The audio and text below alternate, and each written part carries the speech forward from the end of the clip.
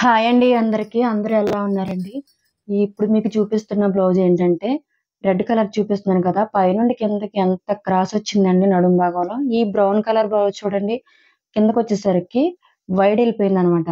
అలా ఎందుకు జరుగుతుందంటే ఆది బ్లౌజ్ కరెక్ట్ కాదసలు.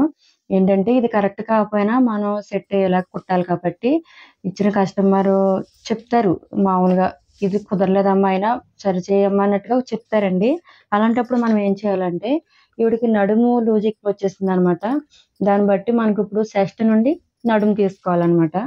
అందుకనేసి వీడియోని పూర్తిగా ఎక్కడ మిస్ చేయకుండగా చూసేయండి, మీకు అర్థమవుతుంది. కొత్తగా నేర్చుకునే వాళ్ళకైతే బాగా యూజ్ అవుతుందనేసి నేను ఈ వీడియో పెట్టాను.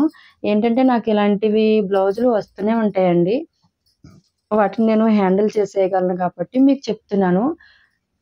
కుట్టిన తర్వాత కూడా వాళ్ళు పర్ఫెక్ట్‌గా కుదిరిందని చెప్పేవారు. అందుకనేసి వీడియోనైతే తీశాననమాట మీకు అర్థం కావాలనేసి. ఫస్ట్ మనం మెజర్‌మెంట్ అనేది కరెక్ట్‌గా తీయండి. అది ఆది బ్లౌజ్ ఎలాంటిదైనా మనం సెట్ అయ్యేలాగా చేస్తే కరెక్ట్‌గా, పర్ఫెక్ట్‌గా వచ్చేస్తదండి. ఎలాంటి తేడా లేకుండా వస్తదనమాట. అలాగే ఇంకొకటేంటంటే నడుము ఫస్ట్ తీసుకుంటాం కదా మనం కొలత. ఈ బ్లౌజ్‌కైతే నడుమైతే ఫస్ట్ తీయొద్దసలు. చూడండి ఒకసారి బ్లౌజ్ పెట్టి చూపిస్తున్నాను కదా! చెస్ట్ ఎంతొచ్చిందో నడుము లూజ్ కూడా అంతే వచ్చేసిందండి. పైనుండి కిందకి చూసారా ఎంత వైడ్ వచ్చేసిందో బ్లౌజు.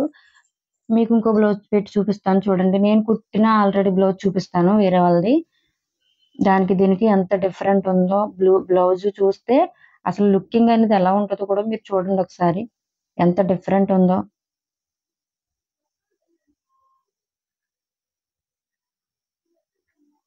చూసారు కదా!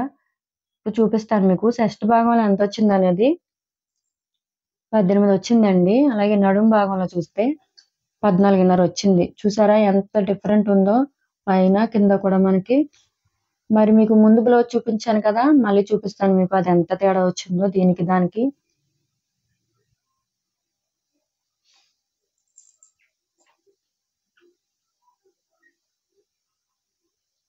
చూడండి 17.5 వచ్చింది. కింద కూడా ఇంచుమించు 17.15 అలా వచ్చిందండి. అంతే. చూసారు కదా! ఆ బ్లౌజ్‌కి, ఈ బ్లౌజ్‌కి ఎంత డిఫరెంట్ ఉందో. దీన్నిప్పుడు మనం కరెక్ట్ చేసి కుట్టగలగాలన్నమాట. అందుకనేసి ఫస్ట్ మీరు పొడవు తీసుకోండి ఫస్టు. కరెక్ట్ పొడవు తీసేసుకోండి. ఈవిడేంటంటే కొంచెం పెంచమ్మా అన్నారు. పొడవు పెంచమన్నారు. పొడవు పెంచితే కింద నడుము భాగంలో అదే కిందకి పొడవు పెంచమన్నారన్నమాట. నేనైతే సేమ్ పెట్టేసానండి బ్లౌజ్ ఎంతొచ్చిందంటే. అంటే ఆవిడకి ప్రాబ్లమ్ ఏంటో తెలీదు. మనకు తెలుసు కదా! లూజ్ ఎక్కువొచ్చింది కాబట్టి నడుము లూజు. దాన్ని బట్టి నేనిక్కడ కవర్ చేయాలి కాబట్టి కరెక్ట్‌గా మనకి నడుముకి ఫిట్టింగ్ కరెక్ట్‌గా అనుకోండి. లూజ్ అనేది ఉందనుకోండి సరిపోద్ది పొడవు. పైకి ఎక్కిపోవడం అలాంటివి ఏం జరగవు. అందుకనేసి మీకు వీడియోనైతే కావాలంటే చూడండి. 5 ఇంచెస్‌కి తీసుకున్నానండి ఖర్చులతో సహా.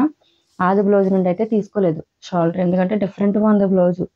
అలాగే మీకు హామోలు కూడా 7.5 వచ్చింది. 7.5లో 2 భాగాల్లో ఇక్కడ 2 భాగాలు మాత్రమే 3 భాగాలు చేసుకొని 2 భాగాలు మాత్రమే నేను మార్కింగ్ చేసుకున్నానన్నమాట. అలాగే మీరు చెస్ట్ కూడా 2 భాగాలు చేసుకుంటే పావుతక్కువ 9 వచ్చిందండి.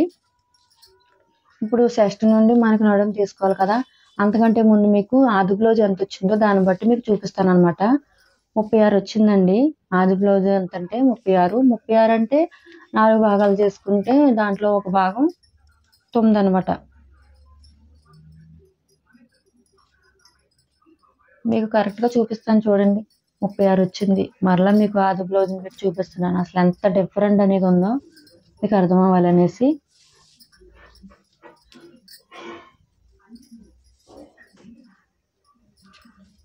చూసారు కదా! 36 వచ్చిందండి. అందుకనేసి మీకు జస్ట్ చూపించడానికే మార్కింగ్ అయితే చేయనండి. చూపిస్తున్నాను. అసలు ఆ షేప్ అనేది ఎలా వెళ్ళిపోతుందో మీకు అర్థం కావాలనేసి. చూసారు కదా! ఇప్పుడు ఎప్పుడు కూడా చెస్ట్ నుండి తక్కువ రావాలి నడానికి. ఇక్కడ ఎక్కువ వచ్చేసింది. స్కేల్ పెట్టి చూపిస్తున్నాను చూడండి. అసలు ఇలా మార్క్ చేసామంటే బ్లౌజ్ కటింగ్ చేయాలన్నా కూడా ఇంట్రెస్ట్ పోద్దండి. అందుకనేసి మీకు ముందుగానే చెప్తున్నాను అది రాంగు. ఇప్పుడు మనం తీసుకోవాల్సిన కరెక్ట్ కొలత ఏంటంటే చెస్ట్ తీసుకున్న తర్వాత చెస్ట్ ఎంత వచ్చిందో దాన్ని బట్టి ఇక్కడ నేను పావుతక్కువ 9 వచ్చిందంటే కరెక్ట్‌గా పావుతక్కువ 9 తీసేసానండి. ఏంటంటే డాట్స్‌కి మనకి పావించు కావాలి కదా! అందుకనేసి 8.5 నడుము భాగం, పావించేమో డాట్స్‌కి పావు తక్కువ 9 పెట్టేసాననమాట.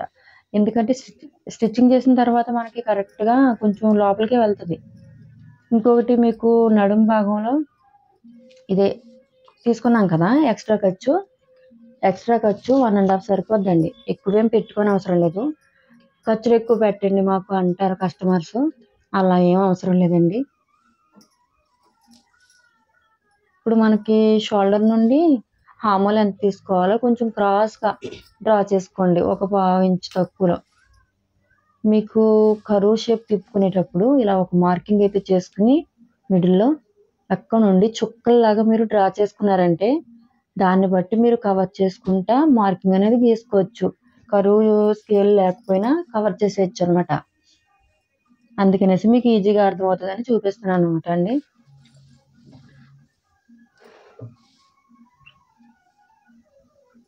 మీకు ఇంతకుముందు చెప్పాను గదండీ! ఖర్చులు పెట్టమంటారు కస్టమర్స్ అని. ఖర్చులేమి ఎక్కువ పెట్టనవసరం లేదండి. ఎక్కువ పెట్టినా మనకి చిరాకుగా అనిపిస్తదనమాట చేసే పని కూడా. ఏంటంటే మనకి ఫ్రంట్ పార్ట్‌లో మీకు చెస్ట్ భాగంలో మీకు కింద మెయిన్ డాట్ ఉంటది గదా! ఆ డాట్ దగ్గర మీరు కొంచెం పెంచుకున్నారంటే మార్కింగ్ అనేది మీకు కరెక్ట్‌గా సరిపోద్ది. అది లూజ్ వస్తేనే మీకు బ్యాక్ సైడ్ కూడా కరెక్ట్‌గా సరిపోద్ది. ఏంటంటే అది టైట్ అయిపోయి ఇది మీరు నడుము కుట్లు కుట్లిప్పేస్తారు కదండీ కస్టమర్సు. ఆ కుట్లిప్పేటప్పుడు మీకు బ్యాక్ సైడు ఎక్కువగా లూజ్ అయిపోయి పైకెక్కిపోతాయనమాట. అంతేనండి డిఫరెంట్. ఏమీ లేదు ఇందులో. కర్వ్ షేప్ తీసుకునేటప్పుడు కూడా మీరు టేప్ పెట్టి చూసుకున్నారంటే కరెక్ట్ కొలతొచ్చే వరకు కూడా కొంచెం పైకి పెట్టుకోవచ్చు మార్కింగు. తక్కువైతే కిందకి దింపుకోవచ్చు. ఏమి కాదు. ఇవి ఒకసారి చూసుకొని మీరు చేసుకుంటే పర్ఫెక్ట్‌గా వచ్చేస్తదండి.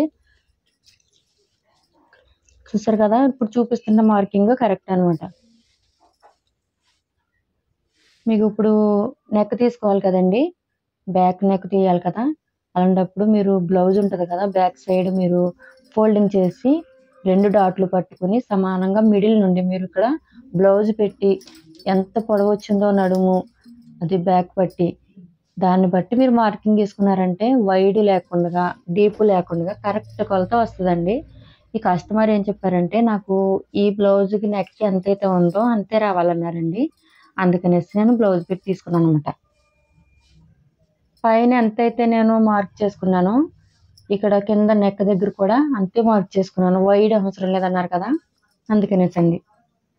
కరెక్ట్ షేప్ వచ్చేస్తది. అలాగే ఇక్కడ మీకు మిడిల్‌లో ఒక మార్క్ అనేది డ్రా చేసుకొని, రౌండ్ షేపు తీశారంటే చాలా బాగా వస్తదండి. కరువు స్కేల్ లేనవసరం లేకుండానే. బావుంటది రౌండ్ నెక్కులకి ఇలాగా. అలాగే మీరు కింద డాట్ పెట్టుకునేటప్పుడు 4:30 పైనుంచి 4 ఇంచులకి మార్క్ చేసుకున్నారంటే సరిపోద్ది. బ్లౌజ్‌ని బట్టి తీసుకోవచ్చు. ఏం కాదు. ప్రాబ్లమ్ ఏం లేదు ఇందులో.